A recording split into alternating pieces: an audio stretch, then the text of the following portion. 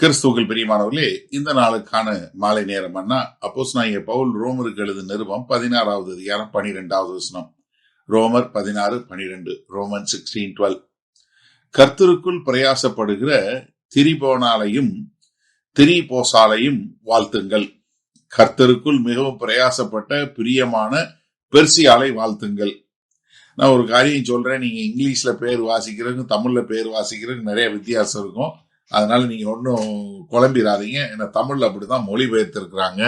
அதனால இதை நான் சொல்லக்கூடிய காரியத்தை நீங்க தவறுதலா எடுத்துக்கொள்ளாதீங்க. ஏன்னா தமிழ்ல அப்படிதான் பேர் இருக்கு. சரியா?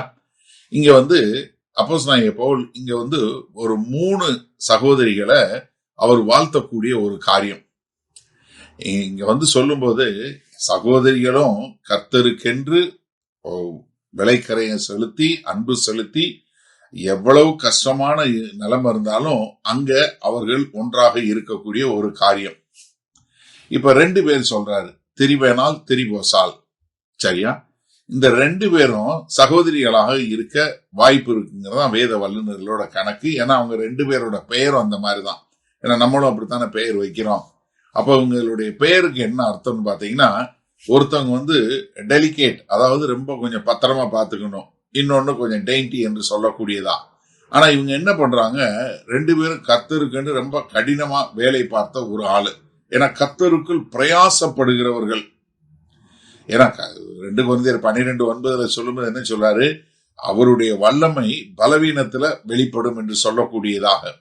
அப்ப இவங்க கர்த்தருக்குள் பிரயாசப்படுகிறது அப்படின்னு சொல்லக்கூடிய வார்த்தை கிரேக்க மொழி பதத்துக்கு பாத்தீங்கன்னா, அவங்க அதாவது டு த பாயிண்ட் ஆஃப் எக்ஸாஸ்ட்னு சொல்லுவாங்கல்ல, அவ்வளவுதான், இனிமேல் முடியவே முடியாது, நான் என்கிட்ட எல்லாத்தையும் கொடுத்துட்டேன், நான் முழுமையாக கொடுத்துட்டேன் அப்படின்னு சொல்லக்கூடிய அளவிற்கு இந்த 2 சகோதரிகளும் முழுமையாக கர்த்தருக்கென்று வேலை பார்த்ததாக அப்போஸ்தலனாகிய பவுல் இங்க சொல்றார்.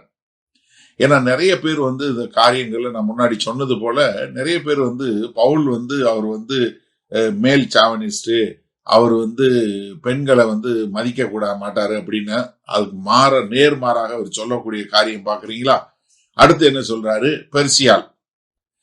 பெர்சியால அதுல சொல்லும்போது என்ன சொல்றாரு, மிகவும் பிரியமான பெர்சியால். அப்ப பாத்தீங்களா எவ்வளவு ஒரு அஃபெக்ஷனேட்டா, எவ்வளவு ஒரு அன்பா. ஏன்னா அவளுடைய உண்மைத்தன்மை, அவ எந்த அளவுக்கு பவுலு கூட ஒரு நெருக்கமான நடக்கக்கூடிய ஒரு சகோதரியா இருந்திருக்காங்க. அவங்க அது மாத்திரமல்ல, ஆவிக்குரிய முறையில ஒரு செய்த காரியங்கள் என்று சொல்லக்கூடியதாக.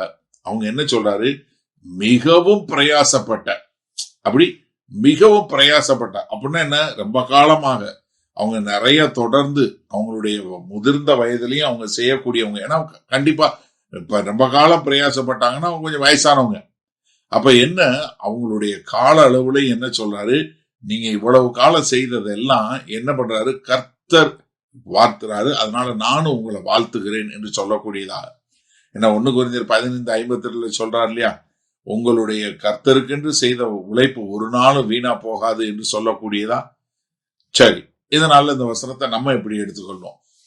அதாவது நம்ம நிறைய பேருக்கு நான் சொன்னது போல அப்போஸ்தலனாகிய பவுல் பெண்கள் சபையில பேசக்கூடாது அப்படின்னு சொன்னதை வைத்துட்டு கர்த்தருக்கு நிறைய பேர் அப்போஸ்தலனாகிய பவுல் ரொம்ப மோசம், அவர் பெண்களை இது பண்றதே இல்லைன்னு. ஆனா நீங்க இந்த கடிதத்தை எடுத்து பாத்தீங்கன்னா ரொம்ப அழகா சொல்லக்கூடிய காரியம், முன்னாடி பின்னாடி இது எவ்வளவு பேரை சொல்றாரு. எனக்கு 3 பேரை சொல்றாரு, திரிபேனால், திரிபோசால், பெர்சியா என்று 3 சகோதரிகள் பேரை சொல்றாரு. இந்த 3 சகோதரிகளும் அந்த காலகட்டத்துல இருந்த ஜனங்கள் எந்த அளவுக்கு அவங்களுக்கு ஒரு மரியாதையும் கனத்தையும் கொடுத்தாங்கன்னு தெரியல. ஆனா கர்த்தர் எப்படிப்பட்ட கனம் கொடுத்திருக்கிறாரு பாருங்க. 2000 வருஷத்துக்கு அப்புறமும் இந்த சகோதரிகள் பேரை நான் சொல்றேன், நீங்க கேட்டுட்டு இருக்கீங்க. அப்ப சில நேரங்கள்ல நம்ம செய்யக்கூடிய கர்த்தருக்கென்று விலைக்கரையமா செய்யக்கூடிய காரியம் இன்னைக்கு தெரியாம போயிடலாம்.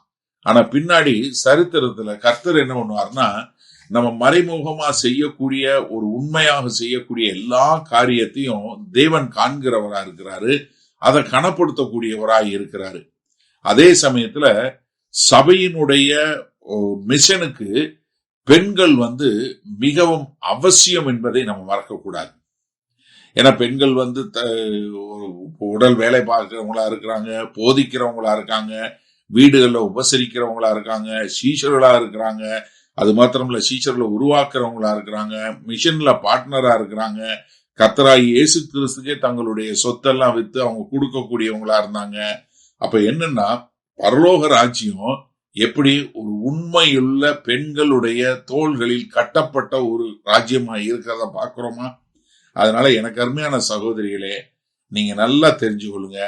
நீங்க சபையினுடைய வாழ்க்கைக்கும் மிஷனுக்கும் நீங்க அவசியம் தேவை. மகா கிருபையும் இரக்கம் நிறைந்த எங்கள் அன்பின் தகப்பனே, இந்த செய்தியை கேட்டுக்கொண்டு இருக்கிற எனக்கு அருமையான சகோதரிகள் ஒவ்வொருவரும் சபையினுடைய வாழ்க்கைக்கும் சபையினுடைய மிஷனுக்கும் அவர்கள் எவ்வளவு அவசியம் என்பதை உணர்ந்து வாழ எங்கள் தேவன் கிருபை பாராட்டுங்க. இதை கேட்டுக்கொண்டிருக்கிற சகோதரர்கள் ஒவ்வொருவரும் அதை புரிந்து கொண்டு அவர்களையும் ராஜ்யத்தில் ஆண்டவரே உபயோகப்படுத்தி அவர்களுக்குரிய கணத்தை கொடுக்க எங்கள் தேவன் கிருபை பாராட்டுங்க.